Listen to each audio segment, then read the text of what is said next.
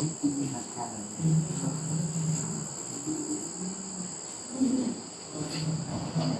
มัตถุ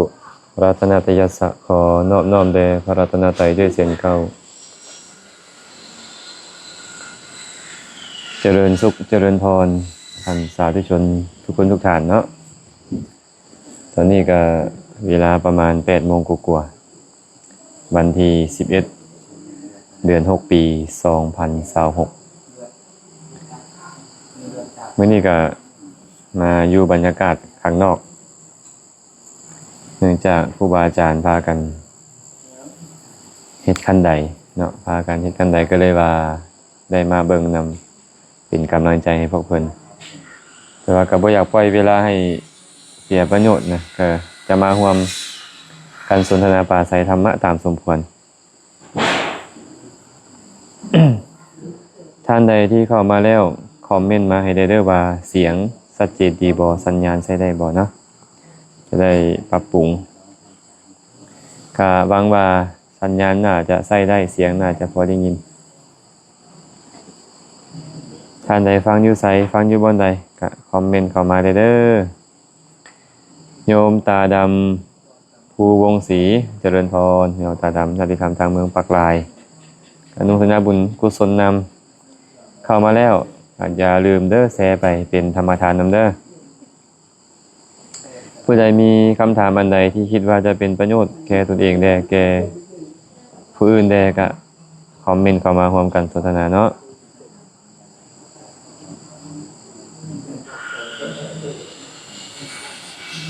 เจริญพรสมพรใหม่โอ้ใหม่อะไร เป็นภาษาอังกฤษเนาะ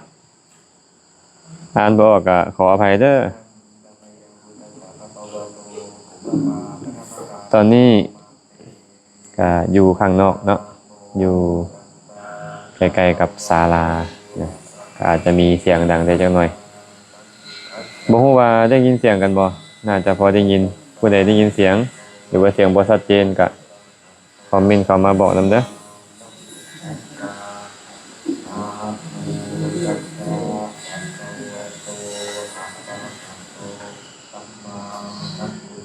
บัววันไสยวงศ์กราบสาธุเจริญพรอนุโมทนาบุญนำจิบวงศ์บ่นมัสการพระคุณเจ้าครับเจริญพรอนุโมทนาสาธุการด้วยเช่นกันเนาะสุดาวันสร้อยสุวรรณยอกน้อยๆเจริญพรเด้ออนุโมทนาบุญนำที่เข้ามาร่วมกันรับฟังน้อยวันวิไลเสียงชัดเจนดีค่ะน้อยสัญญาณดีฟังอยู่ท่าแขกสาธุเจริญพรอนุโมทนาขอให้มีความสุขความเจริญกราบนมัสการพระอาจารย์ชัดเจนทางภาพและเสียงจังหวัดหนองบัวลำพูครับผมเจริญพรสาธุเด้อเวียงคอนชัดเจนดีค่ะน้อยเมืองปากสันเด้อสาธุสาธุนาเดียไซเนี่ยเลิศโดยคณะสาธุอนุโมทนาบุญนำเด้อค่ะน้อยแชร์แล้วสาธุสาธุญาติธรรมท่านใดเข้ามาแล้วหากมีคำถามที่คิดว่าจะเป็นประโยชน์ก็สามารถถามเข้ามาได้นะก็จะได้ตอบให้ตามลำดับส่วนว่าผู้ใดเข้ามาแล้วก็อย่าลืมแชร์ไปเป็นธรรมทานนำแล้วก็คอมเมนต์เข้ามาได้ว่าฟังอยู่ไสพระราดอนจันดาวงศ์เสียงชัดเจนดีเด้อค่ะน้อยสาธุแม่วิไลคำแก้วดวงพระจันทร์สาธุเด้อนาดีสาธุเดือนธรรมวงศ์นมัสการเดือนธรรมวงศ์นมัสการพระอาจารย์แซมขน้อยสาธุเจริญพรอนุโมทนาบุญนำรัตนสุโภโสสารุณนมัสการครับท่านอาจารย์รุนทางกัมพูชานะเมฟ้าเพชรดีเพชรไทยเจริญพรอนุโมทนาบุญนำเดมี่สุขจิตสุขนจิตก็ญาติธรรมท่านใดเข้ามาแล้วหากมีคำถามคิดว่าจะเป็นประโยชน์เนาะก็คอมเมนต์เข้ามาได้รอเวลาอีกน้อยนึงจะได้ร่วมกันสนทนา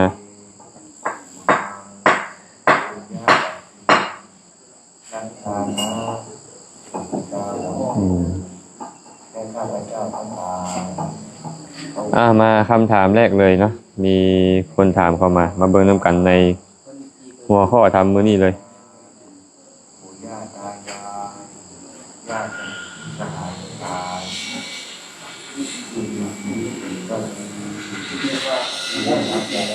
มาเบิ่งคำถามนิดนึงกันเนาะ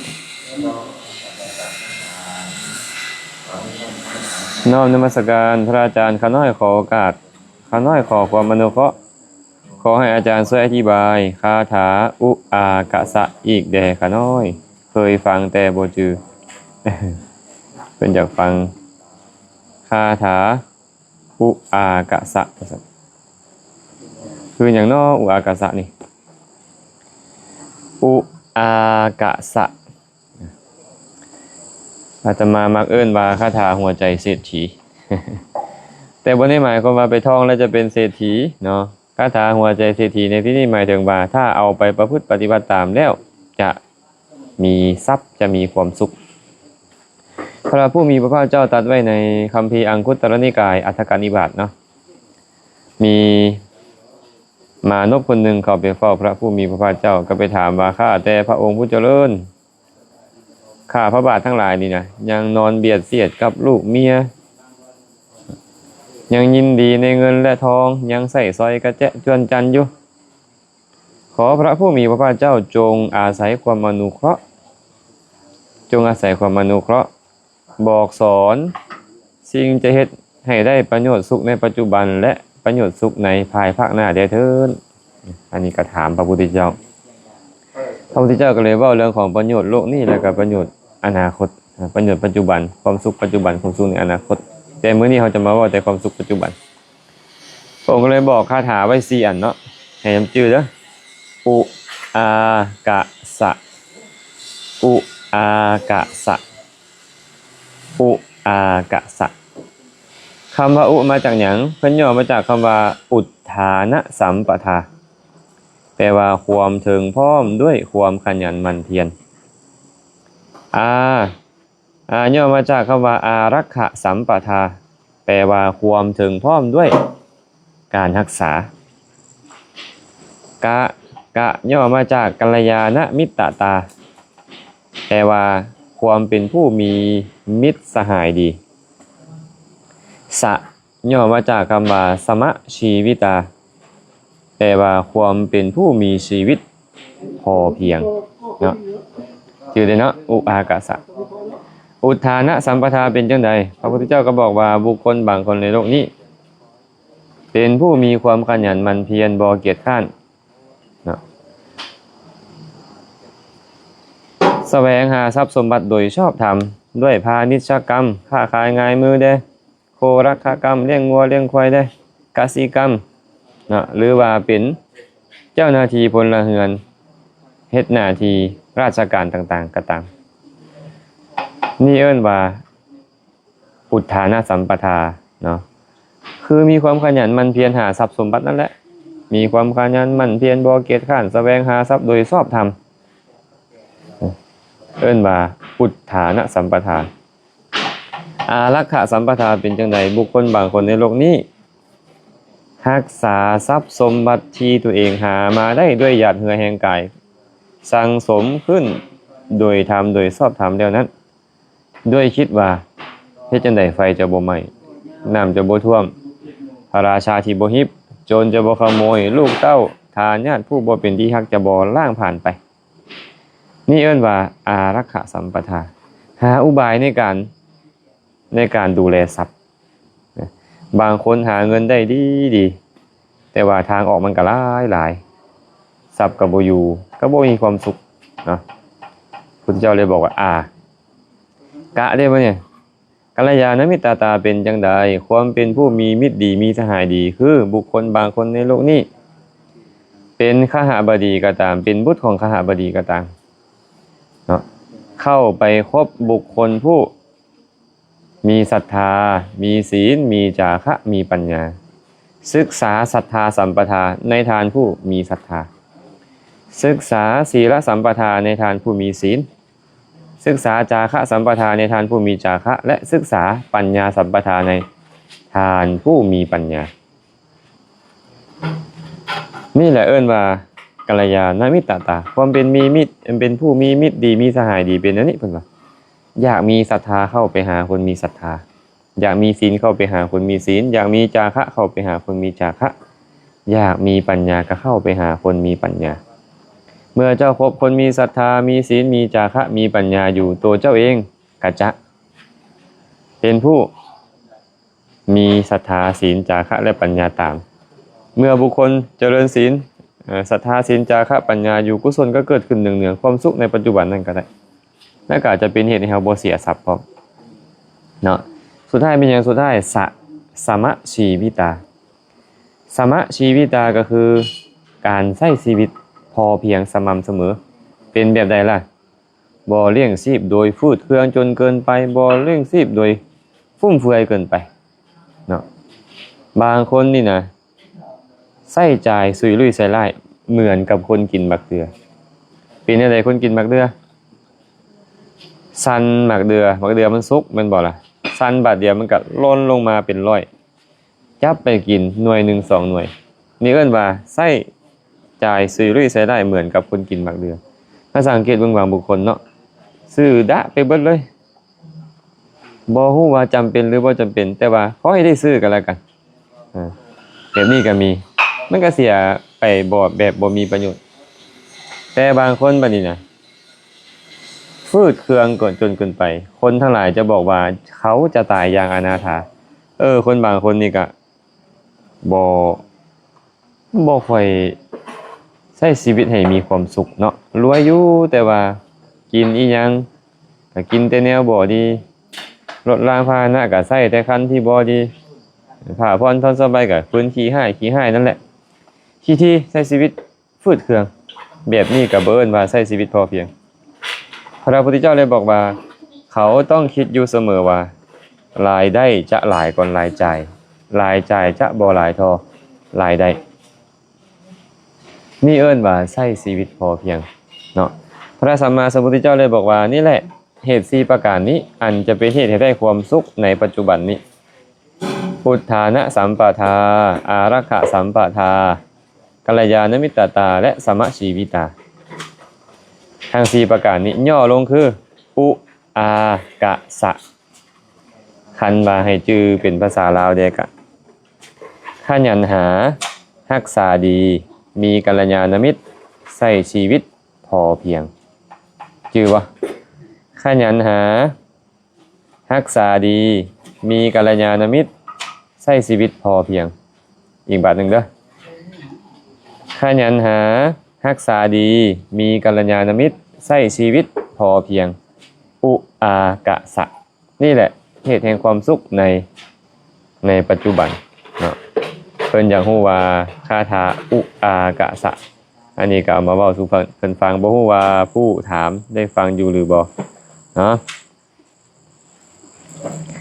พระคะละวะดีน้อมกราบพระอาจารย์ขอถามแด่ว่าพุทธเถระวาทกับพุทธมหายานแตกต่างกันแนวใดเพิ่นถามว่าพุทธเถระวาทกับพุทธมหายานต่างกันแนวใด เอาคำว่าพุทธก่อนเนาะพุทธคือหยังก่อนเขาจังค่อยฮู้ว่าพุทธเถระวาทกับพุทธมหายานพุทธศาสนาแปลว่าคำสอนของพระพุทธเจ้าผู้ใดก็ตามนับถือพุทธศาสนาผู้นั้นเอิ้นว่าพุทธศาสนิกะหรือเขาเอิ้นว่าพุทธศาสนิกเนาะบุคคลผู้นับถือพระพุทธศาสนามีทั้งภิกขุภิกขุณีอุบาสกอุบาสิกาฝ่ายบรรพชิตและฝ่ายคฤหัสถ์ต่างก็เอิ้นว่าพุทธศาสนิกชนหมดทีนี้ระหว่างพุทธเถรวาทกับพุทธมหายานเนี่ยต่างกันแบบใดท่านพวกเราบ่ได้ศึกษาเลยก็อาจจะบ่เห็นความแตกต่างเลยเนาะต่างกันแบบใดล่ะเราต้องไปฟังคำว่าเถรวาทก่อนเถระวาทะแปลว่าคำของพระเถระจีกันนะมหาญาณะแปลว่าผู้มีญาณใหญ่มหาแปลว่าใหญ่หมดญาณะก็คือญาณไอ้ญาณตัวนี้หมายถึงว่าเครื่องนำไปเนาะเทรวาทนี่นะ หมายถึงผู้ที่ถือเอาคำเว้าของพระเถระ500องค์ที่เพิ่นสังฆายนาพระไตรปิฎกครั้งแรกมีพระมหากัสสปะเถระเป็นประมุขคำเล่าใดก็ตามที่พระอรหันต์500ผู้ถึงพร้อมด้วยปฏิสัมภิทาบ่ว่าจะเป็นอัฏฐปฏิสัมภิทาธรรมะปฏิสัมภิทานิรุตติปฏิสัมภิทาปฏิภาณปฏิสัมภิทาก็ตาม500องค์นั้นผู้แตกฉานในพระไตรปิฎกถึงพร้อมด้วยปฏิสัมภิทามีพระมหากัสสปะเป็นต้นมีพระอานนท์เป็นที่สุด500องค์นั้นกล่าวคำใดเอาไว้ในสมัยสังฆายนาภิกขุเหล่าใดฮับเอาคำเว้าเหล่านั้นมาประพฤติปฏิบัติอย่างเคร่งครัดภิกขุเหล่านั้นเอิ้นว่าเถระวาทะแปลว่าเถระวาทเนาะในสมัยสังฆายนาพระไตรปิฎกนะเพิ่นก็สวดสาธยายพระอานนท์ก็ทรงจำธรรมะมาความจริงแล้วพระไตรปิฎกพระอานนท์ทรงจำหมดนั่นแหละแต่ว่าเพิ่นให้เครดิตพระอุบาลีนำเพราะพระอุบาลีเนี่ยเป็นผู้เลิศด้านการวินิจฉัยพระวินัยก็เลยให้พระอุบาลีเป็นผู้สาธยายพระวินัยพระอานนท์เป็นผู้สาธยายพระสูตรและอภิธรรมเนาะพอพระอุบาลีสวดสาธยายวินัยไปแล้ว500องค์ก็สวดพร้อมกันพระอานนท์สาธยายพระสูตรพระอภิธรรมไปพระอรหันต์ทั้ง500องค์ก็สวดพร้อมกันแล้วจือเอาเป็นลำดับแบบนั้นมาตั้งแต่สมัยที่พระพุทธเจ้าปรินิพพานใหม่ๆคำเว้าเล่าใดที่มีบันทึกเข้ามาในพระไตรปิฎกในภายหลังเนาะที่เป็นวาทะที่ท่านอาจารย์ทั้ง500องค์นั้นพระเถระทั้ง500องค์นั้นเว้าเอาไว้บ่มีการแต่งเติมบ่มีการตัดทอนออกสมทานประพฤติตามแบบนั้นอยู่นี่เอิ้นว่าเถระวาททีนี้มหายานบัดนี้เนาะมหายานเป็นจังได๋ล่ะมีภิกขุกลุ่มนึงนิกายมหายานนี่เนาะมันก็เริ่มแตกออกไปจากเถรวาทนี่แหละมีพระเถระองค์นึงเพิ่นน่าจะชื่อว่าปูราณกัสสปะอาตมาชื่อบ่ผิดนะพระเถระองค์นี้เนี่ยเพิ่นบ่เป็นพระอรหันต์เมื่อเพิ่นบ่เป็นพระอรหันต์เพิ่นก็บ่เลือกเอาพระมหากัสสปะก็บ่เลือกเอาไปความสังฆายนาแต่ว่าเพิ่นก็เป็นเจ้าหมู่เป็นเจ้าคณะเป็นคณาจารย์ใหญ่เป็นอาจารย์ผู้สอนลูกศิษย์ลูกหาหลายอยู่ที่นี่หลังจากที่พระมหากัสสปะนี่เนาะสังฆายนาเฮียบห้อยกลับไปบอกอาวุโสพวกข่อยสังฆายนาเรียบร้อยเลยเด้อสังฆายนาพระไตรปิฎกเรียบร้อยแล้วพระเถระองค์นี้ก็เลยบอกว่าเอาโลดพวกเจ้านะสังฆายนาอันใดฮู้อันใดมากะปฏิบัติตามนั่นแหละข่อยคือกันข่อยได้ฟังจากพระโอษฐ์มาแบบใดข่อยก็จะเอาแบบนั้นลืมได้บ่นี่เนาะเราบอกว่าคันองค์อื่นได้ยินเราบ่เอาคันเราได้ยินเราจังเอามันก็เริ่มกลายเป็นหมู่กลุ่มนึงของเรานี่กลายเป็นว่าหมู่กลุ่มบัดนี้หมู่กลุ่มเราก็จะเอาแบบนี้เราบ่เอาตามพระอรหันต์500องค์สังฆายนามันก็เลยเริ่มแตกออกเทื่อละเล็กแตกออกเทื่อละน้อยสุดท้ายแล้วบัดนี้มันหาคำตอบบ่ได้บางอย่างคำสอนของพระพุทธเจ้าก็จำเป็นต้องมีการแต่งเติมขึ้นมาฉะนั้นฝ่ายมหายานจะมีการแต่งเติมธรรมะเพิ่มเข้ามาและบางอย่างจะตัดทอนออกไปก็เลยเป็นอันว่าฝ่ายมหายานบ่ได้ถือเอาตามชีพระไตรปิฎกที่พระพุทธเจ้าตรัสไว้นั้นได้มีการรวบรวมชอบใจอันใดเพิ่นก็จะแต่งเติมเข้ามาให้มันสอดคล้องกับการดำเนินชีวิตของพวกเพิ่นก็เลยเอิ้นว่ามหายานโดยเพิ่นให้เครดิตตัวเองว่ามหายานให้เครดิตเถรวาทว่าหีนญาณมหาเนี่ยแปลว่าประเสริฐผู้มีญาณอันประเสริฐหีนญาณแปลว่าญาณอันต่ำ3เอิ้นพระเถรวาทว่าญาณอันต่ำ3อยากแต่พ้นทุกข์เพิ่นว่าอยากไปแต่ผู้เดียวอยากบรรลุแต่อรหันต์เอิ้นว่าหีนญาณญาณต่ำ3พวกเพิ่นนี่นะปรารถนาใหญ่ปรารถนาเป็นพระพุทธเจ้าปรารถนาคนสัตว์ออกเอิ้นพวกเพิ่นว่ามหาญาณก็เลยเป็นชื่อว่ามหาญาณและหีนญาณมาไอ้คำว่ามหาญาณกับหีนญาณนี่นะพระฝ่ายมหาญาณเอิ้นให้เอิ้นตัวเองว่าเป็นมหาญาณ เอิ้นเถรวาทว่าหีนญาณเนาะอันนี้ความแตกต่างกันระหว่างมหายานกับหีนญาณคันเว้าให้ง่ายๆแบบสรุปความก็คือเถรวาทถือเอาตามพระอรหันต์500องค์สังคายนาพระไตรปิฎกเอาไว้มหายานบ่ได้ถือเอาตามนั้นมีการแต่งเติมมีการตัดออกตามลำดับมาในภายหลังเนาะตอบให้ไปนี่เด้อพอชูท่าแขกขอโอกาสพระอาจารย์สัญญาณขาดท่าแขกขน้อยเจริญพรอนุโมทนาบุญนำเด้อตาลเมียอำหนุนวงเสียงชัดเจนดีฟังจากแข่งสารวันสาธุอนุโมทนานำเนาะปาสิทธิเพชรจำพรน้อมนมัสการพระอาจารย์สาธุขันธมาลานมัสการพระอาจารย์ขน้อยอยู่สวรรค์เขตสาธุเด้อรัตไพรรัตเนาะนางวงหาจักวงหาจกเนาะกราบนมัสการพระอาจารย์ขน้อยอยู่เซโนสาธุชยาดาปั้นเจริญกราบนมัสการเจ้าค่ะปัทมามุตตาพระอาจารย์กราบน้อมกราบพระอาจารย์ด้วยความเคารพนับถืออย่างสูงสาธุอนุโมทามิพันเตสาธุน้อมกราบนมัสการพระอาจารย์เมอัมไพภูวงศรีญาติธรรมทางเมืองปากลายแป้งยงน้อมกราบพระอาจารย์สาธุเพชรสมัยดาวงน้อมกราบนมัสการพระอาจารย์ขน้อยสาธุญาติธรรมคนอื่นๆผมเนาะที่ได้อ่านสื่อบ่ได้อ่านสื่อกระตักเอามาเบิ่งคำถามต่อไปเนาะขอถามพระอาจารย์ขน้อย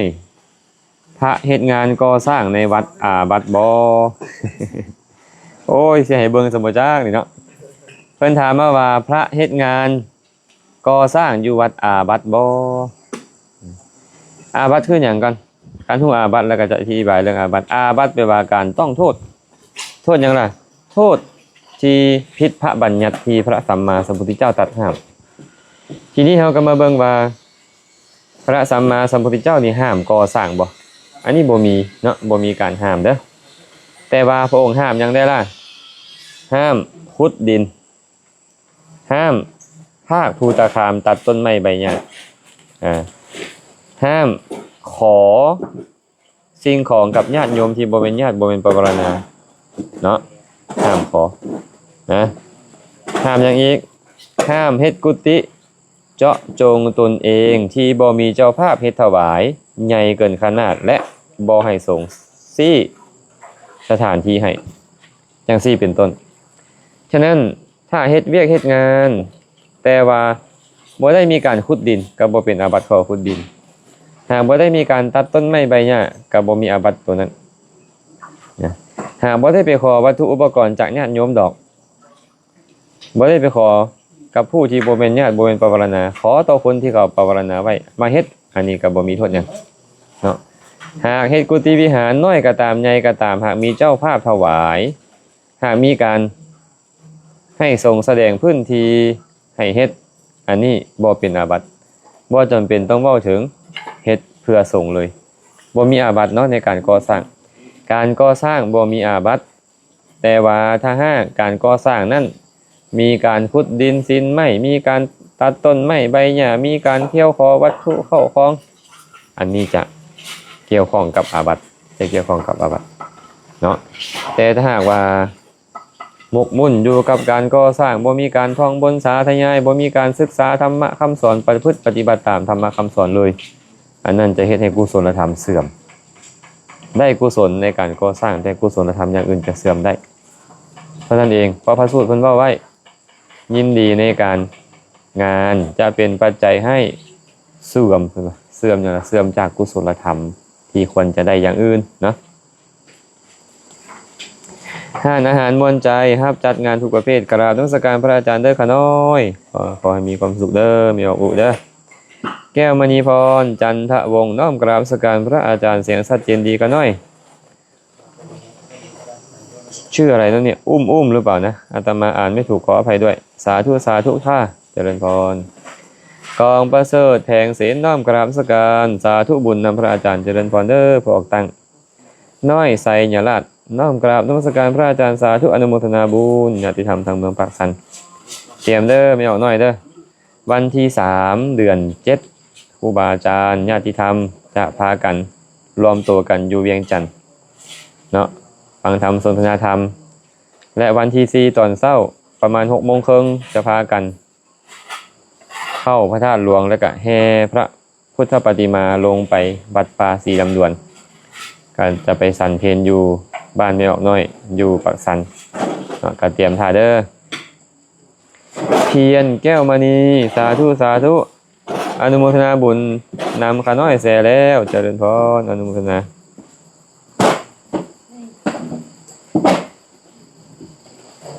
ดันทองแม่นบ่อาตมาอ่านถูกบ่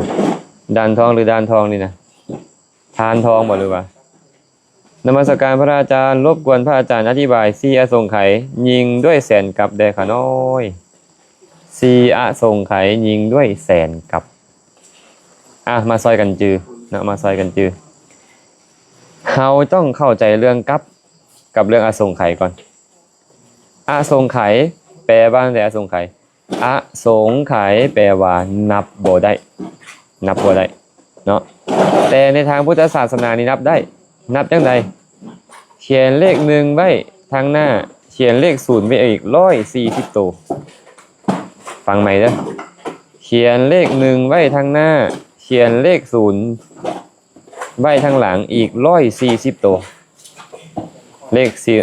0ตัวหนึ่งเขาเอิ้นว่า10 2ตัวเอิ้นว่า100 3ตัวเอิ้นว่าพัน4ตัวเอิ้นว่าหมื่น5ตัวเอิ้นว่าแสน6ตัวเอิ้นว่าล้าน7ตัวเอิ้นว่า10 ล้าน8ตัวเอิ้นว่า100 ล้าน9ตัวเอิ้นว่าพันล้านไล่ไปจนฮอด140ตัว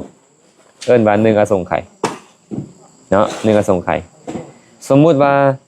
เอาไปนับคนกะ1อสงไขยคนเอาไปนับก้อนหินกะ1อสงไขยก้อนเอาไปนับกับกะ1อสงไขยของกับนั้นอันนี้ฟังเรื่องอสงไขยก่อนเนาะทีนี้กับบัดนี้กับนี่คือหยังบัดนี้การเวลามีพระภิกษุไปถามพระพุทธเจ้ากับ1นี่โดนบ่กันหน่อยพระพุทธเจ้าก็บอกว่านับบ่ได้ดอกว่าเท่านี้ปีเท่านี้100 ปีเท่านี้1,000 ปีหรือเท่านี้แสนปีนับบ่ได้เขาก็เลยถามต่อไปว่าอุปมาได้บ่กันหน่อยเทียบได้บ่พระผู้มีพระเจ้ากับอุปมาหลายอย่างนั่นแหละเนาะอุปมาอีกอย่างนึงก็คือเหมือนกับก้อนหินก้อนนึงที่บ่มีหูบ่มีซองบ่มีโพรงแน่นสนิทเลยสูง16 กิโลกว้าง16 กิโลยาว16 กิโลเป็นรูปจัตุรัสหินก้อนนี้ตั้งอยู่เทิงหน้าดิน100 ปีจะมีคนเอาผ้ามาเซ็ตเทื่อนึง100 ปีผ่านไปจะมีคนเอาผ้ามาเซ็ตเทื่อนึง100 ปีผ่านไปมีคนเอาผ้ามาเซ็ตเทื่อนึงจนกว่าว่าก้อนหินที่สูง16 กิโลนั้นจะเพียงราบกับหน้าดินด้วยการเซ็ต100 ปีต่อเทื่อนี้จนกว่าก้อนหินจะเป็นไปนั้นแต่กับ1ยังบ่หมดไปนี่เอิ้นว่ากับ1เนาะกับ1เอาอสงไขยนะคือเลข1ทางหน้าเลข0 140ตัวมานับกับนี้เนาะหากเป็น4อสงไขยก็เขียนเลข4ไว้ทางหน้าเขียนเลข0ไว้ออกอีก140ตัวเอิ้นว่า4อสงไขยเอามานับกับนี้4อสงไขยของกับนี้และเศษอีกแสนของกับนี้นี่แหละเอิ้นว่า4อสงไขยกำไรแสนกับหรือ4อสงไขยยิงด้วยแสนกับคันบ่เข้าใจก็ถามมาใหม่เนาะฟังว่าจะพอเข้าใจเนาะคันบ่ทันเข้าใจก็ค่อยถามความมาใหม่เด้อ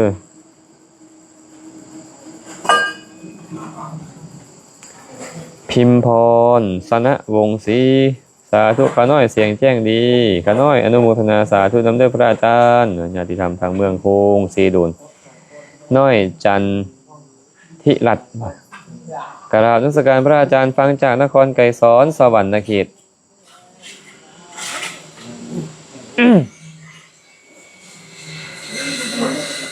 แจนราชสมบัติกราบสาธุบุญนำพระอาจารย์ที่ให้ความรู้ทางธรรมขน้อยเจริญพรเด้ออนุโมทนาบุญนำเมตแจนญาติธรรมทางพูนเนาะทางสหรัฐอเมริกา สมบูรณ์ธรรมวงศ์นมัสการข้าน้อยขอโอกาสถามเวลามีคนด่าว่าให้ใส่เฮาและเวลามีคนเฮ็ดสิ่งใดสิ่งที่เฮาบอกละเฮาบ่เฮ็ดและเวลามีคนเฮ็ดสิ่งใดสิ่งที่เฮาบอกละเฮาบ่เฮ็ดเฮาควรจะวางใจแบบใดเพื่อบ่ให้เป็นอกุศลอ๋อ ในโลกอันนี้เนาะมีหยังเด้ที่มันได้ดังใจเฮาทุกอย่างนี่นะคือสิหายากเนาะหลวงพ่อพุทธทาสเพิ่นเว้าไว้อยู่ได้หากโลกนี้ได้ทุกอย่างยังใจบังนะจะเอาอีหยังไปไว้ไสมันก็เต็มหมดโลกนี่ล่ะติเข้าของเงินทองทรัพย์สมบัติเวียกงานการสร้างมันคงเต็มไปหมดแล้วแหละถ้าหากพวกเฮาได้ทุกสิ่งทุกอย่างตามที่เฮาปรารถนาตามที่เฮาอยากได้เพราะฉะนั้นบ่มีเด้อบ่มีดอกที่เฮาจะสมปรารถนาทุกอย่างอยากให้คนนี้เป็นแบบนี้อยากให้คนนั้นเป็นแบบนั้นมันก็สิเป็นตามบ่มี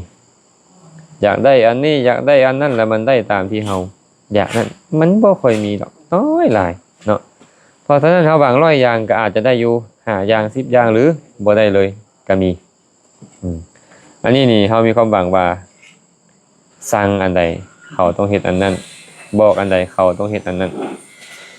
บ่อยากให้ผู้ใดมาให้มาด่ามาว่ามาตำหนิติเตียนมันเป็นไปบ่ได้เพราะว่าพระพุทธเจ้าตรัสไว้แบบนี้ว่ากรรมมุนาวัตติโลโกสัตว์โลกเป็นไปตามกรรมกรรมดีจัดสรรเจ้าก็ได้แต่สิ่งที่น่าปรารถนากรรมชั่วจัดสรรเจ้าก็ได้สิ่งที่น่าบ่น่าปรารถนาพวกเฮาเป็นไปตามกรรมกันเด้เนาะการเฮาได้พิจารณาแล้วว่าโอ้การที่ถูกให้ถูกด่าถูกว่าถูกตำหนิติเตียนมันเป็นผลของความชั่วในอดีตที่ตนเองได้เฮ็ดเอาไว้บ่มีคนอื่นเฮ็ดให้เฮาดอกเช่นเดียวกันเป็นหยังคนอื่นบ่ว่าจะเป็นลูกเต้าหลานเหลนบ่ว่าจะเป็นบุตรภรรยาทาสกรรมกรคนหับไส้นี่เป็นหยังเขาคือบ่เฮ็ดตามที่เฮาอยากให้เฮ็ดการเฮาได้พิจารณาโอ้เฮานี่นะให้ทานด้วยความบ่เคารพมาเมื่อเฮาให้ทานและเฮาบ่มีความเคารพต่อของทานบ่มีความเคารพต่อผู้รับทานเฮาเวลามันส่งผลมันก็เป็นแบบนี้แหละถึงจะมีเงินมีทองมีเครื่องอยู่ของกินมีเครื่องอำนวยความสะดวกแต่ว่าบริวารชนบ่เชื่อถ้อยบ่ฟังคำถ้าเฮาได้ใส่ใจไปนี่ก็เฮาเฮ็ดเองนี่บ่แม่นเขาเฮ็ดให้เฮาเฮ็ดความชั่วมาเองเฮ็ดอกุศลมาเองเวลามันส่งผลเฮาก็ต้องได้พบพ่อแบบนี้แหละท่านใส่ใจไปนี่แล้วก็สบายใจเนาะสบายใจเฮาว่าแต่ว่าหมู่เฮ็ดให้เฮาหมู่ด่าหมู่ว่าเฮาแท้ที่จริงแล้วเฮาเฮ็ดความชั่วไว้ในอดีตมันส่งผลก็เป็นแบบนี้เห็นบ่บางคนก็โอ้ย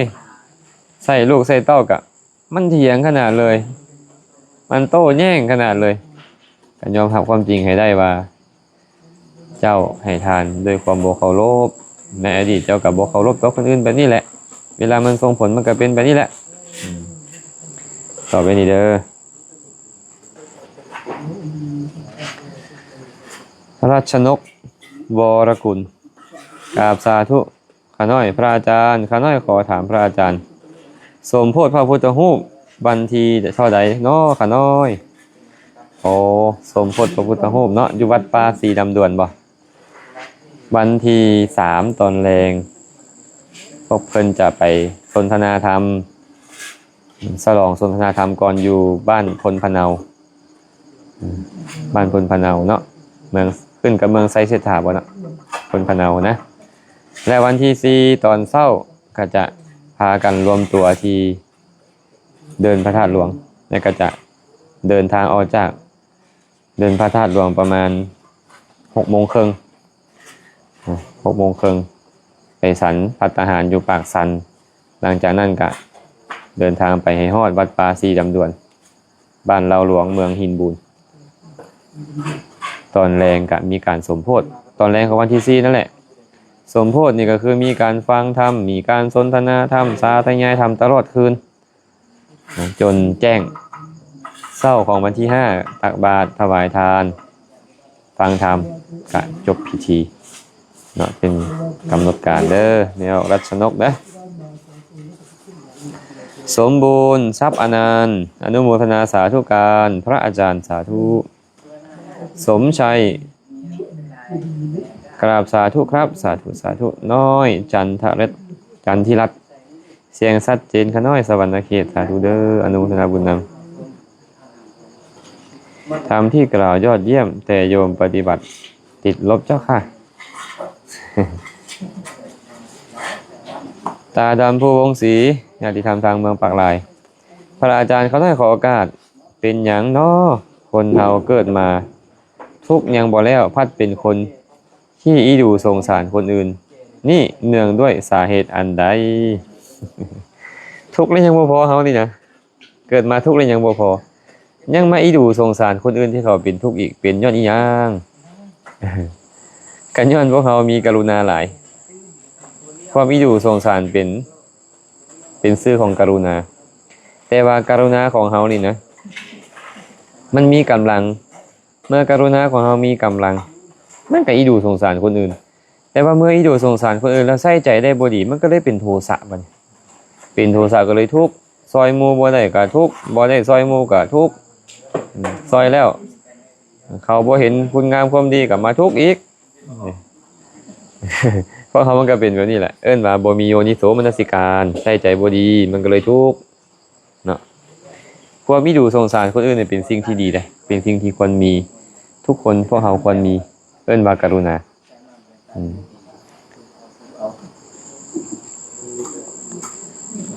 นิโก้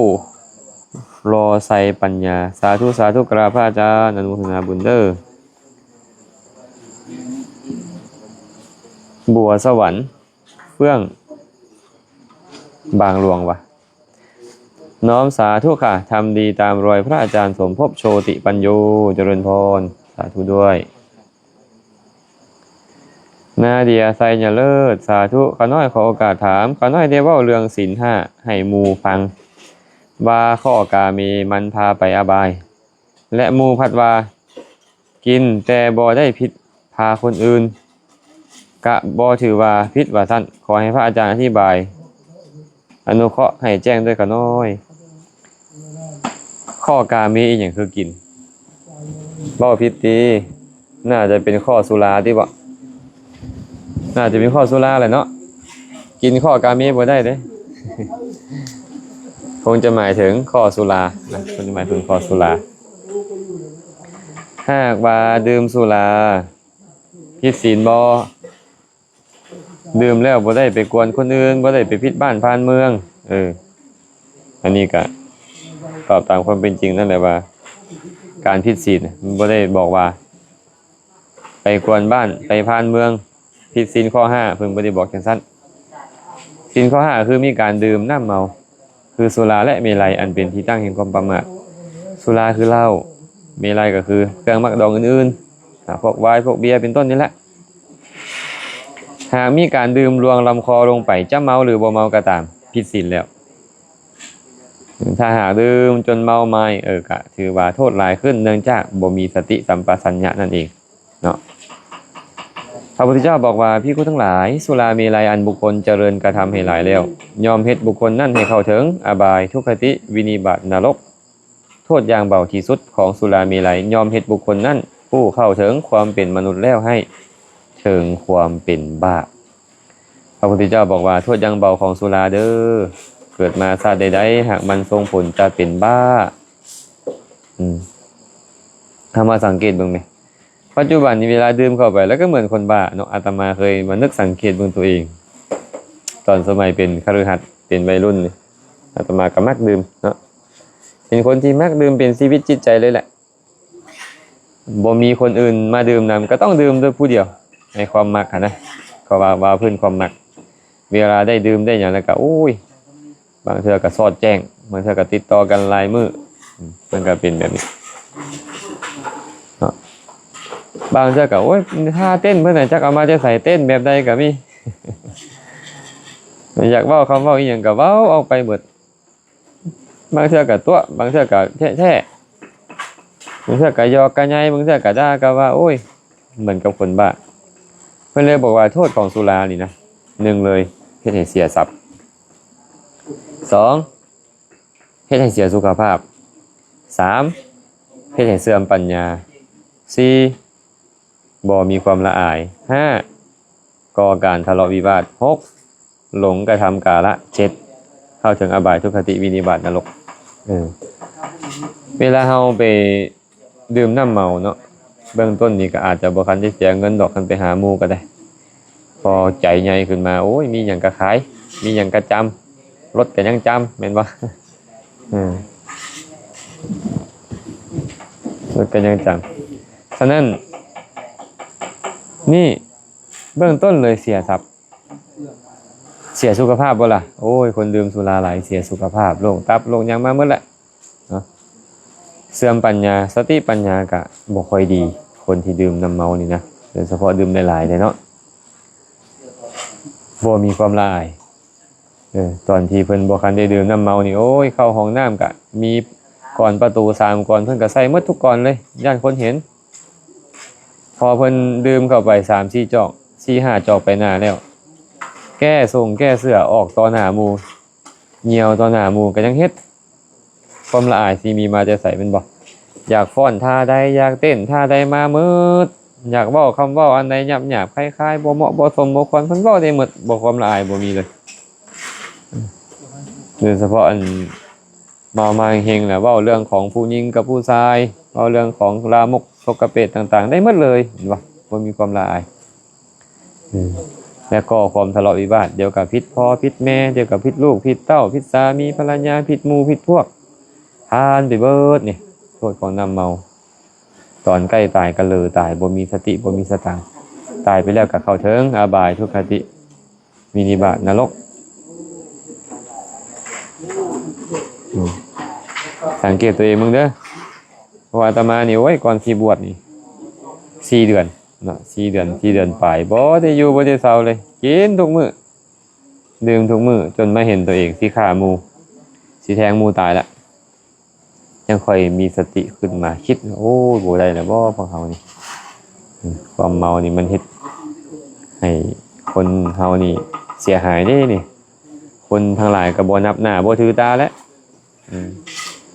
ถึงเจ้าจะมีตัวตนอยู่แต่หมู่ก็บ่นับหน้าถือตาอีหยังผู้ลางคนอาตมาก็เป็นพี่น้องกันนี่แหละมื้อนั้นเมื่อบ้านเมื่อพระบาทต้นสันเนาะ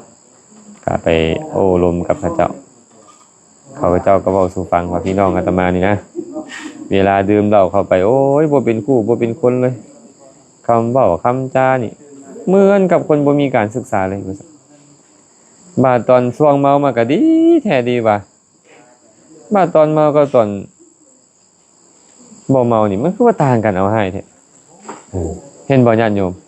ขนาดปัจจุบันนี่นะปัจจุบันชาตินี่เนี่ยดื่มน้ำเมาเข้าไปแล้วยังเหมือนผีบ้ายังเหมือนคนเป็นบ้าแล้วถามว่าอนาคตภายภาคหน้ามันจะส่งผลจังไดล่ะพระพุทธเจ้าจึงบอกว่าโทษอย่างเบาที่สุดของ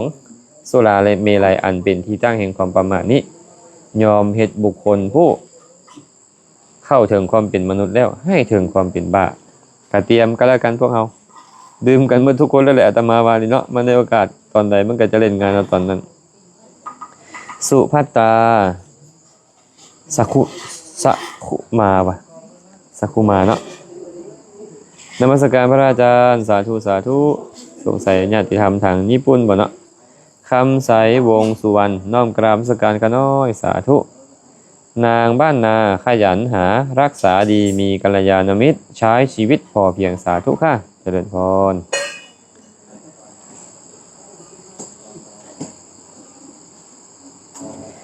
โหยแก้วหุงเหืองโดยอาจารย์อยากช่วยเด้จอดยังนี่นะจอดลงจอดหลังคาแต่ยังข้าจำเป็นข้าหน่อยโอ้เป็นเห็นครูบาอาจารย์เพิ่นเห็นครูบาอาจารย์เฮ็ดก่อสร้างเนาะเพิ่นก็เลยอยากมาซอยว่าซั่นพอจั่วทรายน้อยเดี๋ยวพอจั่วทรายใหญ่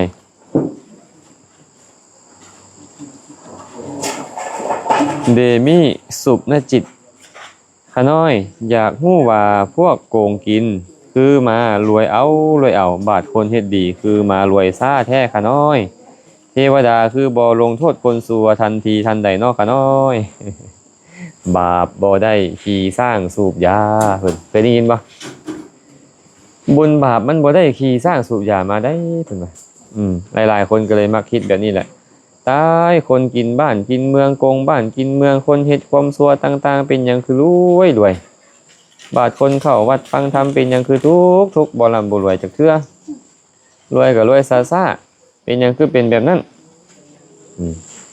อาตมาเลยมักเรื่องเล่าเรื่องให้ญาติโยมฟังมื้อนี้ก็สิเล่าอีกเรื่องนี้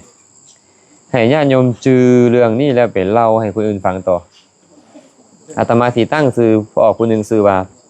พ่อออกบุญค่ำนะมีผู้ชายผู้หนึงชื่อว่าบุญค่ำถ้าบุญค่ำนี่นะเราเป็นคนพงสาลีเป็นคนร่ำคนรวยมีหน้าตาในสังคมแต่ว่าเราเป็นคนฆ่ายาเสพติดฆ่าอาวุธสงครามฆ่าประเวณีเป็นคนมักโกงบ้านกินเมืองอยากได้ดินดอนตอนหญ้าไปซอไปเสียดไปญาติไปแยงเอาหมดอยากฆ่าไปฆ่าอยากทุบไปทุบอยากตีไปตีอยากเอารัดเอาเปรียบไปเฮ็ดหมดอยากด่าอยากว่าไปก็เฮ็ดแต่ปรากฏว่าบ่มีผู้ใดที่จะสามารถเฮ็ดหยังให้เราได้เพราะเรามีอิทธิพลนี่เพิ่นคำกำแก้วมีอำนาจมีถึงจะค้าขายอาวุธสงครามค้าขายยาเสพติดค้าขายประเวณีโกงบ้านกินเมืองญาติแย่งเอาทรัพย์สมบัติของผู้อื่น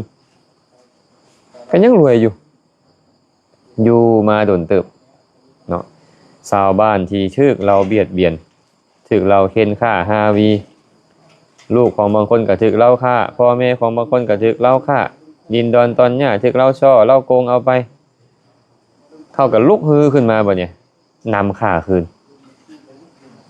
ตำรวจสืบเบาะแสใดก็จะมาจับถ้าบุญค่ำนี่ก็เลยหนีหอบได้ทรัพย์สมบัติแล้วก็หนีหัวซุกหัวซนจากพงสาลีไปอยู่อัตตปือพอไปฮอดอัตตปือแล้วเราเปลี่ยนชื่อเปลี่ยนนามสกุลเปลี่ยนพฤติกรรมจากบุญค่ำมาใส่ชื่อว่าเท่าคำดีเปลี่ยนชื่อใหม่นามสกุลใหม่เป็นเท่าคำดีแล้วบัดนี้เท่าคำดีนี่เข้าวัดซุมื้อฟังธรรมตลอดรักษาศีลเรื่อยๆให้ทานดีชาวบ้านชาวเมืองต้องการความช่วยเหลือเกื้อกูลเราช่วยเหลือหมดถนนหนทางเราเฮ็ดให้เบิดวัดว่าอาหารต้องการหยังเราไปช่วยเหลือหมดเลยชาวบ้านชาวเมืองผู้ใดทุกข์ยากปากหมองมาขอเราได้เบิดเลยเฮ็ดดีให้ทานรักษาศีลฟังธรรมซอยวัดซอยวาซอยเรือบ้านเมืองสังคมโอ้ยผู้ใดก็ได้ประโยชน์จากเราเมิดเลยเท่าอันนี้เท่าคำดีนี่นะปรากฏว่าอยู่มามื้อหนึ่งเท่าคำดีชื่อฆ่าตายอยู่หน้าเฮือนตัวเองจากหอยมีดแทงจากหอยขวานซับจากหอยค้อนทุบเลือดเต็มอยู่หน้าเฮือนฮะชาวบ้านชาวเมืองแถวอัตตปือมาเห็นเข้าพากันสรุปว่าบาปบ่มีบุญบ่มีดอกเปิงแม่พอตู้คำดีนี่นะเราให้ทานดีรักษาศีลดีฟังธรรมดีช่วยเหลือวัดว่าอาหารช่วยเหลือบ้านเมืองสังคมดีเบิดข่อยบ่เคยเห็นเราเฮ็ดความชั่วจักเทื่อเลยเห็นเรามาเป็นชาว30ปีแล้วเนี่ยบ่เคยเห็นเราเฮ็ดความชั่วเลยว่าสัตว์ชาวบ้านแถวอัตตปือลงความเห็นว่าพอตู้คำดีนี่ดีหลายเอาเฮากลับไปบัดนี้ไปถามคนพงสาลีเบิ่งดูตอนที่เราซื้อว่าบุญค่ำหั่นนะเราฆ่าคนเป็นร้อยเป็นพันเราซ่อโกงเอาดินดอนตอนหญ้าคนอื่นบ่แม่นน้อยเราดุด่าว่าให้คนอื่นบ่แม่นธรรมดาเราฆ่าขายยาเสพติดฆ่าขายอาวุธสงครามฆ่าขายประเวณีเฮ็ดความชั่วทุกอย่างเลยถ้าไปถามคนพงสาลีเขาจะว่าจังได๋คนพงสาลีก็จะบอกว่ามันควรตายแต่ดนแล้วแม่นบ่ย้อนหยังย้อนคนพงสาลีเห็นพฤติกรรมเก่าของเราแต่ว่าคนอัตตปือเห็นแต่พฤติกรรมใหม่บ่ได้เห็นพฤติกรรมเก่าก็เลยเข้าใจแบบนั้นพวกเฮาก็เช่นเดียวกันพวกเฮานี่เนี่ยมาเห็นปัจจุบันของเขาเดี๋ยวนี้ปัจจุบันนี่เนี่ยเนาะคนที่เฮ็ดบ่ดียังได้เสวยสุขอยู่ เอากับความดีในอดีตเขาเฮ็ดมามันส่งผลอยู่มันก็ได้รับความสุขแต่มื้อใดก็ตามความชั่วที่เขาเฮ็ดในปัจจุบันมันได้โอกาสส่งผลมันก็จะเล่นงานให้เขาทุกแสนโดนนานคือกันตรงกันข้ามบัดนี้ตรงกันข้ามผู้ลางคนเข้าวัดดีดีให้ทานดีดีรักษาศีลดีดีแต่ว่าก็บ่ร่ำบ่รวยอีหยังอกุศลเก่าน่ะเขาก็เคยเฮ็ดมาเมื่ออกุศลเก่ามันได้โอกาสส่งผลอยู่เพิ่งเจ้าจะพยายามเฮ็ดกุศลในปัจจุบันกุศลในปัจจุบันมันก็ยังบ่คันได้โอกาสส่งผลเมื่อมันบ่คันได้โอกาสส่งผลบาปเก่ามันก็เลยเล่นงานอยู่ก็ยังทุกข์ยังยากยังปากมองยังต้องพบพ่อสิ่งที่บ่น่าพอใจอีกล่วงหลายแต่มื้อใดก็ตามความดีในปัจจุบันนี้ได้โอกาสส่งผลตอนนั้นความสุขความเจริญก็จะมีแก่บุคคลนั้นคือกันเนาะฉะนั้นพวกเราบ่ต้องน้อยเนื้อตามใจดอกที่พวกเรายังทุกข์ยังยากอยู่ปัจจุบันนี้ขอให้พวกเราพยายามเฮ็ดความดีเอาละมันอาจจะบ่เห็นผลไววานี่ดอกแต่ทุกครั้งที่เราเฮ็ดดีเรามีความสุขบ่มีความสุขหลายเวลาเฮ็ดคุณงามความดีนี่เนาะให้ทานแบ่งปันโอ้ยมีความสุขรักษาศีลได้นึกถึงศีลของตัวเองโอ้ยมีความสุขบ่เดือดเนื้อร้อนใจเจริญภาวนาพอสติสมาธิปัญญาเกิดขึ้นยามใดโอ้ยมันมีแต่ความสุขเลยและผลของมันก็ต้องมีความสุขแน่นอนในอนาคตเนาะอันสั้นเด้อบ่ต้องน้อยเนื้อตั้มใจหรอกเนาะเฮ็ดดีหน้าที่ของเฮานี่เฮ็ดดีนะตอบให้ไปนี่เด้อหมูน้อยปากริมหรือว่าปลากริมน้อมกราบนมัสการเจ้าข้าพระอาจารย์น้อมอนุโมทนาสาธุค่ะเอื้อยหลำน้อมกราบนมัสการพระอาจารย์เสียงแจ้งดีค่ะน้อยสาธุเกศรสวรรค์สังสินชัยนมัสการพระคุณเจ้าขอน้อมรับฟังเจ้าค่ะเจริญพรอนุโมทนาบุญด้วยเนาะเวียงคอน DPS ข้าน้อยขอกราบนมัสการพระอาจารย์ตั้งแต่ข้าน้อยได้ฮู้จักเทศวัดป่านาขามข้าน้อยก็ได้เข้าใจในธรรมชาติของมนุษย์ธรรมชาติของกิเลสและได้น้อมนำมาปฏิบัติใช้ในชีวิตประจำวันและรู้สึกว่าตัวเองใช้ชีวิตง่ายขึ้นหลายข้าน้อยบ่ยึดติดคือเมื่อก่อนข้าน้อยพยายามเลิกเว้นหลีกเว้นบ่ถือเครื่องรางของขลังเอาไปทิ่มหมดแล้วข้าน้อยโอ้เอาของรางของขลังไปทิ่มหมดเลยฟังอาจารย์แซมเทศหลายเนาะถือเอาคุณพระพุทธพระธรรมพระสงฆ์สูงสุดแล้วข้าน้อยโอ้ยสาธุนำอนุโมทนาบุญนำเด้อให้รักษามันไปดนๆเด้อแล้วก็ฟังธรรมะเรื่อยๆไปวิรพรห้วนจันทร์น้อมกราบนมัสการอาจารย์ลูกศิษย์ทางท่าแขกอนุโมทนาบุญขอให้มีความสุขเด้อมองอาลีซางลีอาซางสาธุน้อมบูชาพระอาจารย์ขออนุโมทนาบุญนำเด้อข้าน้อยสาธุเจริญพรอนุโมทนาบุญนำเส้นกันขอให้มีความสุขเด้อลูกแก้วชัยกูลน้อมกราบนมัสการพระอาจารย์แซมเจ้าค่ะเจริญพรอนุโมทนาบุญด้วยสุกิตาแก้วบุตรศรีญาติธรรมทางเมืองเก่าจำปาสักเนาะแม่สุกิตาอนุโมทนาบุญเด้อแม่น้อยอินทจักรเพิ่นแต่เพิ่นว่าน้อยบิวตี้ญาติธรรมเมืองท่าแขกการมีสัตว์เลี้ยงในวัดเช่นหมาแมวนกยุงเต่าเป็นต้น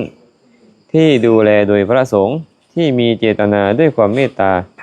ถึงมองว่าเป็นสิ่งที่ไม่ควรครับเพราะในภพชาติที่ผ่านมาสัตว์ตัวนั้นอาจเคยเกี่ยวข้องเป็นครอบครัวเดียวกันหรืออาจเคยช่วยเหลือเรามาแล้วดังที่ปรากฏข้อความในพระไตรปิฎกกราบขอบพระคุณในความเมตตาครับหมายถึงอะไรเนาะเหมือนจะเป็นการบอกเล่านะไม่ใช่คำถามเนาะขอผ่านเลยก็แล้วกันนะลาตีบุญประสงค์ฟังจากวีรบุรีเด้อกันน้อยน้อมกราบพระอาจารย์สาธุแม่บุญมีฟังจากเซโนเมืองโคงเซโดนสาธุมาต่อคำถามใหม่เนาะบัวทองสุวรรณกุมารสาธุขออนุโมทนาบุญนำเด้ออาจารย์ที่แสดงธรรมอันถูกต้องให้ชาวโลกได้เข้าใจถามแด่คำว่าขันธ์ห้าในพระไตรปิฎกมีจิตอยู่บ่คะน้อย ขันธ์ห้าในพระไตรปิฎกมีจิตอยู่บ่ขันธ์ห้ามีหยังแดขันธ์ห้าแม่บัวทองสุวรรณกุมารขันธ์ห้าขันธ์แปลว่าหยังขันธ์ขันธ์แปลว่ากองกลุ่มก้อนหมู่เอิ้นว่าขันธ์เนาะหมู่ของรูปเอิ้นว่ารูปขันธ์หมู่ของเวทนาเอิ้นว่าเวทนาขันธ์หมู่ของสัญญาเอิ้นว่าสัญญาขันธ์หมู่ของสังขารเอิ้นว่าสังขารขันธ์หมู่ของวิญญาณเอิ้นว่าวิญญาณขันธ์เนาะฉะนั้นนี่นะเพิ่นคือบ่เว้าเรื่องจิตอาจารย์เพิ่นเว้าไว้แล้วจิตมโนวิญญาณโดยสภาวะและอันเดียวกันเว้าจิตแล้วก็บ่จำเป็นต้องเว้ามโนบ่จำเป็นต้องเว้าวิญญาณเว้ามโนแล้วก็บ่จำเป็นต้องเว้าจิตบ่จำเป็นต้องเว้าวิญญาณเว้าวิญญาณแล้วก็บ่จำต้องเป็นต้องเว้าจิตบ่จำเป็นต้องเว้ามโนนะเพราะฉะนั้นจิตมโนวิญญาณอันเดียวกันจิตก็คือวิญญาณขันธ์นั่นเองวิญญาณที่อาศัยตาเห็นรูปเอิ้นวิญญาณนั่นว่าจักขุวิญญาณก็คือจิตที่เป็นไปทางตาจิตใดก็ตามมาอาศัยหูฟังเสียงเอิ้นจิตดวงนั้นว่าโสตวิญญาณคือวิญญาณที่อาศัยหูหรือจิตที่อาศัยหูฟังเสียงแบบนี้เป็นต้นเนาะวิญญาณขันธ์นั่นแหละเป็นชื่อของจิตเป็นชื่อของจิตนะแต่บางบอนจิตหมายรวมออกทางเวทนาสัญญาสังขารและวิญญาณแล้วก็มีเนาะฉะนั้นเนาะหากว่าเว้าเป็นขันธ์จิตได้แก่วิญญาณขันธ์เด้อดำดวนสุขภูวงสาธุขอให้ฟังธรรมพระอาจารย์อยู่เด้อเจริญพรกุ้งกราบนมัสการพระอาจารย์ทางปากสันชัดเจนดีสาธุอนุโมทนาบุญนำหนูหรือหมูหนูบ่หมูวะหมูคำบานเฮฮาบ่อาตมาอ่านผิดขออภัยเด้อกราบนมัสการพระอาจารย์ข้าน้อยฝันเห็นรูปปั้นกำลังทำความสะอาดวัดและข้าน้อยสาธุขึ้น3ครั้งว่าสาธุสาธุ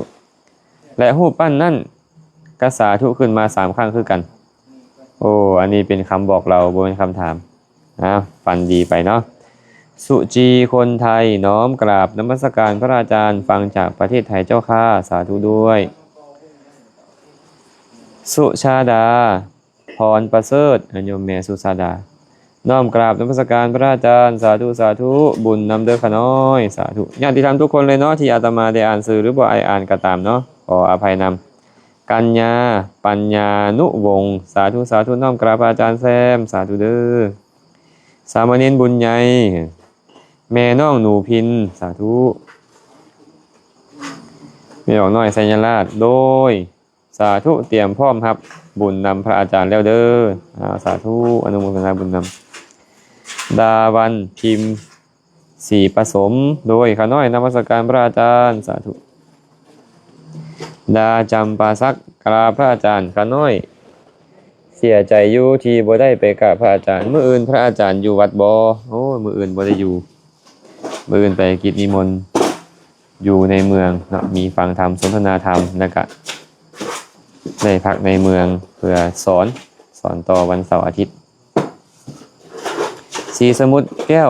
อรุณไสยสาธุข้าน้อยกราบนมัสการพระอาจารย์สาธุสาธุแม่ขันธบูรณ์เหมสุวรรณสาธุข้าน้อยติดตามตลอดเด้อที่สวรรณเขตสาธุเด้อดวงตาน้อมกราบสาธุพระอาจารย์สาธุ ฟ้ารู้ดินรู้กราบนมัสการพระคุณเจ้าน้อมจิตน้อมใจอนุโมทนาค่ะในธรรมค่ะสาธุเด้อพระมหากำจัดโอภาโสสาธุสาธุครับกราบนมัสการครับพระอาจารย์มหากำจัดครับ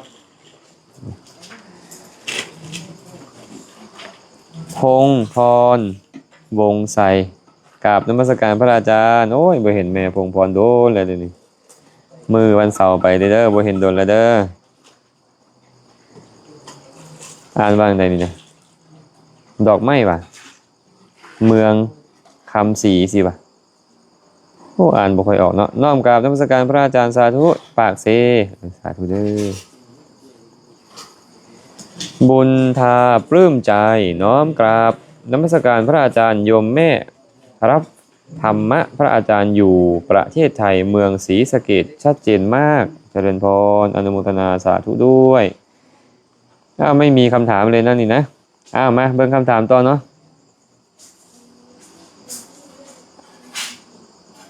นมัสการพระอาจารย์ข้าน้อยกำลังฟังอาจารย์อยู่เด้อข้าน้อยขออนุญาตถามพระอาจารย์เพื่อนข้าน้อยอยู่ใกล้วัดแล้วสาธุครูบาสามเณรเพิ่นมักหาให้ไม่ออกขับรถไปส่งกินกาแฟนมเย็นอยู่ห้านไม่ออกจะได้บาปบ่ข้าน้อยอยู่แขวงอุดมไซเด้ออาจารย์เพิ่นบอกว่าเฮือนเพิ่นอยู่ใกล้วัดครูบาอาจารย์เจ้าหัวโจเนนกะมักชวนให้ไปพาไปกินชานมเย็นกินกาแฟนมเย็นอยู่ห้านไม่ออกจะได้บาปบ่เพิ่นว่าอยู่แขวงอุดมไซ บาปบุญอยู่ที่เจตนาอาตมาเว้าเรื่อยๆว่าบาปบุญอยู่ที่เจตนาเหมือนกับพระพุทธเจ้าตรัสไว้นั่นแหละเจตนาหังภิกขเวกัมมังวทามิเจตยิตวากัมมังกโรติกาเยนะวาจายมนาสาภิกขุทั้งหลายเฮากล่าวเจตนาวาเป็นกรรมพอบุคคลจงใจแล้วจึงเฮ็ดกรรมด้วยกายวาจาใจไม่ออกพาเพิ่นไปหั่นน่ะก็เบิ่งที่เจตนาของไม่ออกหาไม่ออกเจตนาดีอยากให้ญาณพาหนะเป็นฐานไม่ออกก็ได้บุญเนาะแต่ถ้าหากฮู้อยู่ว่าเพิ่นไปซื้อเครื่องซื้อของไปกินชานมเย็นตอนแรงมันผิดศีลเพิ่นเฮาก็ยังสนับสนุนอยู่อันนี้ก็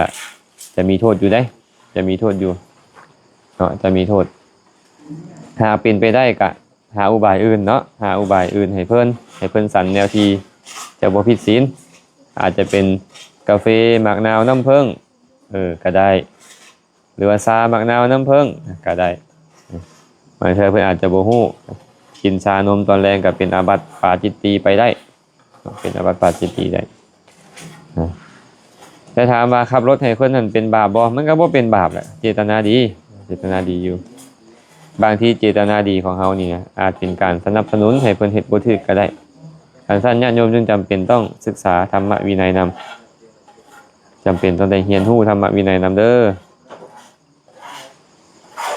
โตพอดไซญาเพชรน้อมอนุโมทนาบุญนำพระอาจารย์หลายๆเด้อที่แบ่งปันให้ธรรมะคำสอนทุกวันละหลายเวลาเจริญพรแบ่งบุญให้โตพอดเด้อแบ่งบุญให้เด้อมุมพิมพ์มาสอนน้อมกราบนมัสการพระอาจารย์สาธุนุ้ยสันนี่แหละอาตมาอ่านผิดขออภัยนะกราบสาธุเจ้าข่าเจริญพรด้วยเนาะมูลสนีกราบนมัสการพระอาจารย์ฟังจากฝรั่งเศสสาธุอนุโมทนาบุญนำ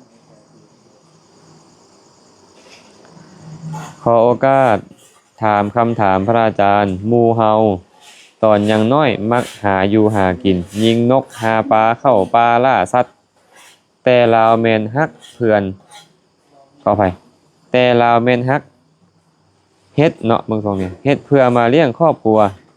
แบ่งเบาภาระพ่อแม่แบบนี้เราสิบาปบ่สิมีกรรมมีโทษบ่คะน้อยชี้แจงแน่เถิด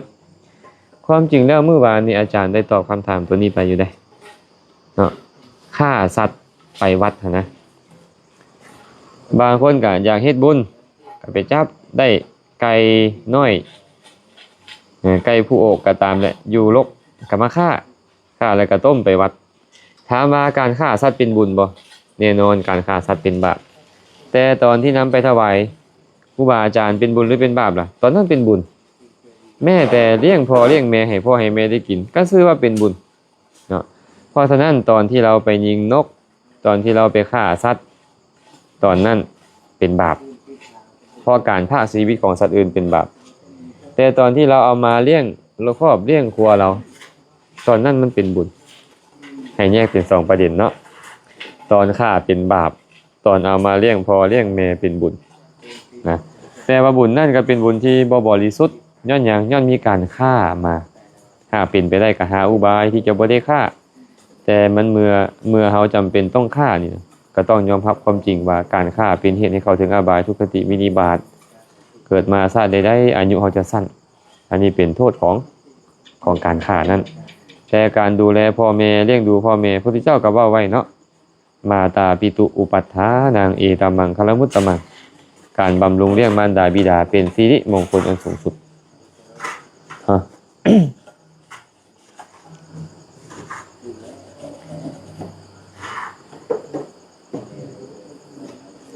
ถ้าบุญตาแสนทวีสุขน้อมกราบสักการพระอาจารย์สาธุหอมดวงคำพรโอ้ญาติธรรมบ้านทาพนสันเนาะอนุโมทนาบุญนำเด้อจันทาวันดาราจักน้อมกราบสาธุเจริญพรปริญญาเข้าก้นบาทอาจารย์ยาคูเพิ่นสูบยามากินเบียร์พิษอาบัติบ่ขะน้อย ยาคูเพิ่นสูบยามากินเบียร์พิษอาบัติบ่กระเบิงกันแหละเนาะยามากับเบียร์นี่โดยตรงเลยพระสัมมาสัมพุทธเจ้าตัดอาบัติไว้ในปาจิตติกันสุราปานาวัค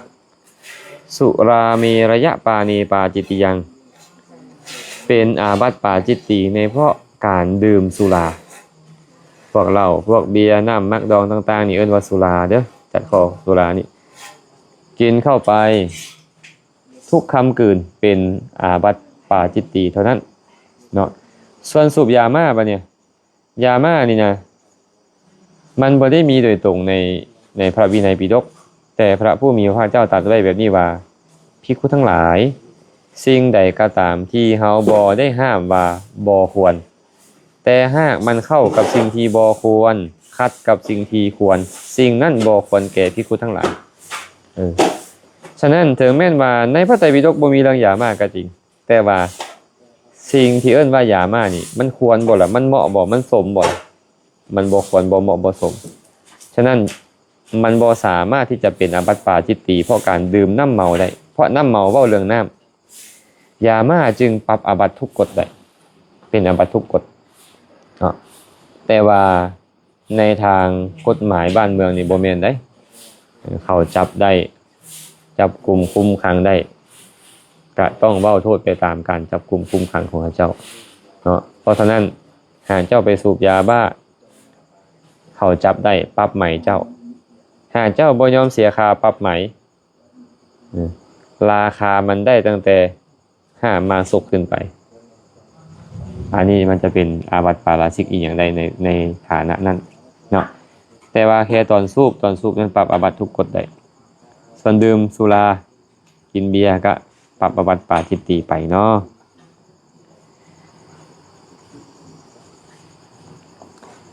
คำบงคุมณีสาธุกราบนมัสการป้าน้อยเมข่าวคำบงคุณเนาะขออภัยคุณมณีเขียนผิดบ่คุณมณีฟังจากประเทศสวีเดนเด้อขาน้อยเสียงดังฟังสัตว์ขาน้อยเจริญพรอนุโมทนาคำตุนบ่ะคำตุนบุญสนงบ่ะขอถามเนี่ยอาจารย์ถ้าเคยทำผิดศีลข้อ3แล้วกลับใจมาบำเพ็ญภาวนากสิพอลดละอยู่บ่ทุกคนเคยผ่านมาเมื่อเนาะแม้แต่ครูบาอาจารย์ที่ออกบวชคือกันตอนที่ยังบ่ได้บวชบ่คันได้เข้าใจศีลเข้าใจธรรมมันก็เฮ็ดผิดศีลหลายอย่างตั้งแต่ข้อ1ข้อ2ข้อ3ข้อ4ข้อ5มันมีมาหมดแหละมันผิดหมดแต่เวลาเมื่อเฮากลับตัวกลับใจแล้วพยายามประพฤติตนเป็นคนดีแล้วบ่เฮ็ดแนวนั้นอีกถามว่าบาปตัวนั้นมันลดบ่บาปตัวนั้นมันบ่ลดแต่บุญมันเพิ่มบาปมันยังซ้ำเก่าได้บาปผิดศีลข้อกาเมนั่นน่ะมันได้โอกาสมันก็นำไปนรกส่งผลในภพชาติกันดารที่เฮาเกิดมาเป็นมนุษย์ต่อๆไปมันก็เป็นเหตุเป็นปัจจัยให้เฮาเนี่ยมีศัตรูหลายนะแต่ว่าเมื่อเฮาลดละเลิกไปแล้วเฮามาเฮ็ดแต่คุณงามความดีคุณงามความดีของเฮามันหลายขึ้นคันคุณงามความดีได้โอกาสส่งผลมันก็พาไปสู่สุคติไปสู่สวรรค์เฮาได้เฮ็ดบุญเพิ่มอยู่ในมนุษย์โลกอยู่ในสวรรค์ได้ฟังธรรมเพิ่นอาจจะบรรลุมรรคผลนิพพานก็ได้หรือได้เฮ็ดกุศลอันใหม่ยิ่งขึ้นไปกุศลก็ได้โอกาสส่งผลเรื่อยๆบาปมันก็ถึงจะยังมีอยู่แต่มันบ่ได้โอกาสส่งผลเนาะมันก็ยังบ่ต้องรับทุกข์แบบนั้นฉะนั้นทุกคนเคยเฮ็ดผิดมาหมดเคยเฮ็ดบ่ดีมาหมดขอเพียงแต่ว่าเฮาจะไปจมอยู่กับเรื่องเก่าเนาะบ่ต้องไปสนมันแล้วบ่แก้ไขมันบ่ได้แล้วมาแก้ไขปัจจุบันบัดนี้เฮ็ดปัจจุบันให้ดีๆให้พยายามตั้งมั่นในศีล รักษาศีลให้ดีแบ่งปันให้ทานนั่งสมาธิเจริญภาวนาเป็นบางครั้งบางเวลาที่สมควรมันฟังธรรมกุศลพวกนี้เพิ่มขึ้นมันก็เฮ็ดให้เฮาไปประสบสุขถึงแม่นบาปเฮาเคยเฮ็ดมาในอดีตนั่นน่ะมันยังมีอยู่ก็จริงแต่มันบ่ได้โอกาสมันก็บ่คันได้ส่งผลถึงมันจะส่งผลมันก็ส่งผลเทื่อละน้อยเทื่อละน้อยให้เฮาทุกข์เทื่อละน้อยหั่นนะบ่ทุกข์หลายๆเพราะเฮามีบุญเด้เนาะซั่นๆเนาะก็เฮ็ดบุญเพิ่มเด้อบ่ต้องไปคิดถึงมันหลายความบ่ดีหั่นเฮาก็เฮ็ดบุญเพิ่มสาธุพระอาจารย์เขาได้ขอโอกาสถามอีกคนอกหักและทุกข์ใจแหงสิเฮ็ดแนวใดจึงสิเศร้าทุกข์ใจมีคนให้ถามเด้อขาน้อย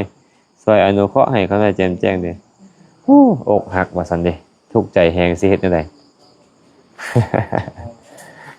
ฟังธรรมพิจารณาธรรมปฏิบัติธรรมจังสิเศร้าทุกข์ถ้าหากว่าบ่มีการฟังธรรมบ่มีการพิจารณาธรรมบ่มีการประพฤติตามธรรมบ่เศร้าดอกถึงเจ้าจะไปเข้าพับเข้าบาร์ไปเฮ็ดอีหยังประสดประสันดีแด่บ่ดีแด่ก็ตามมันบ่ได้เกิดประโยชน์หยังแม่อาตมามักว่าไว้นี่ว่าเอาขี้หมาทมขี้แมวเพิ่นว่าอกหักไปกินเหล้าใส่มันก็เศร้าทุกน้อยนึงเดี๋ยวคิดฮอดอีกให้หมู่เบิ่งแบบนี้แหละมันก็บ่ได้มีอย่างดีบางเทื่อก็ทุบตีตนเองทำให้ตนเองบางคนฆ่าตัวตายกันยังมีซึ่งมันบ่มีประโยชน์อีหยังเลยไปใส่ราคาตัวตายไปนรกไปนรกนั่นแหละเอาถ้าหากว่าบัดนี้ถ้าหากว่าฟังธรรมฟังธรรมแล้วก็เข้าใจชีวิตบ่มีนะคนที่จะบ่เคยพัดพรากจากของหักบ่มีนะคนที่บ่เคยผิดหวังเมื่อความผิดหวังมันมีอยู่คู่โลกมันเป็นโลกธรรมอย่างหนึ่งบ่แม่นแต่เฮาดอกที่ผิดหวังนี่นะคนอื่นๆก็ผิดหวังกันมาหมดผิดหวังเรื่องน้อยแด่เรื่องใหญ่แด่ผิดหวังจากความรักแด่ผิดหวังจากความต้องการสิ่งใดสิ่งหนึ่งแด่มีหมดเลยมันเป็นธรรมชาติเขาก็เป็นเฮาก็เป็นทุกคนเป็นมันบ่ได้เป็นเรื่องแปลกอย่างนี้มันเป็นนำกันหมดทุกคนคันผู้ใดก็ตามบ่พิจารณาธรรมบ่เข้าใจธรรมเลยทุกข์หลายคันเข้าใจธรรมมาแล้วถึงทุกข์ก็น้อยลงเนาะกันน้อยลงฟังธรรมเด้อฟังธรรมแล้วก็เอาไปพิจารณา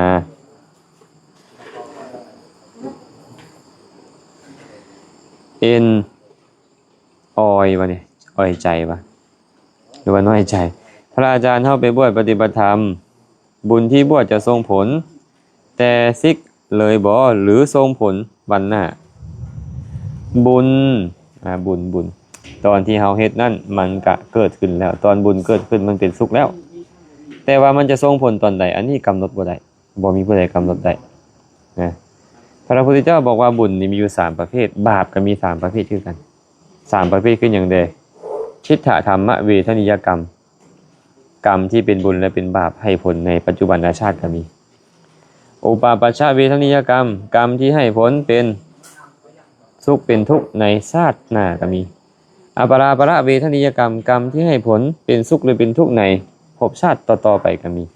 บ่แน่นอนเนาะบุญนี่บ่แน่นอนสิ่งที่เป็นบุญเฮ็ดแล้วได้ทันตาเลยก็คือการให้ทานกับพระอรหันต์ที่เพิ่นได้สมาบัติ8เข้านิโรธสมาบัติออกจากสมาบัติใหม่ๆคันได้ให้ทานแบบนั้นบุญจังสิส่งผลในเวลานั้นเลยในทันตานั้นเนาะแต่ว่าคอยฮู้แบบนี้ว่าถึงบุญนั่นมันยังจะบ่ส่งผลในปัจจุบันก็ตามแต่มันไปเกื้อหนุนบุญเก่าก็จะได้โอกาสส่งผลให้เขาได้ประสบสุขเนาะแต่บ่ได้หมายความว่าทุกคนที่เฮ็ดแบบนั้นจะได้ผลแบบเดียวกันหมดก็บ่แม่นเพราะว่าในอดีตคนเฮาสั่งสมมาบ่คือกันนั่นเองเนาะ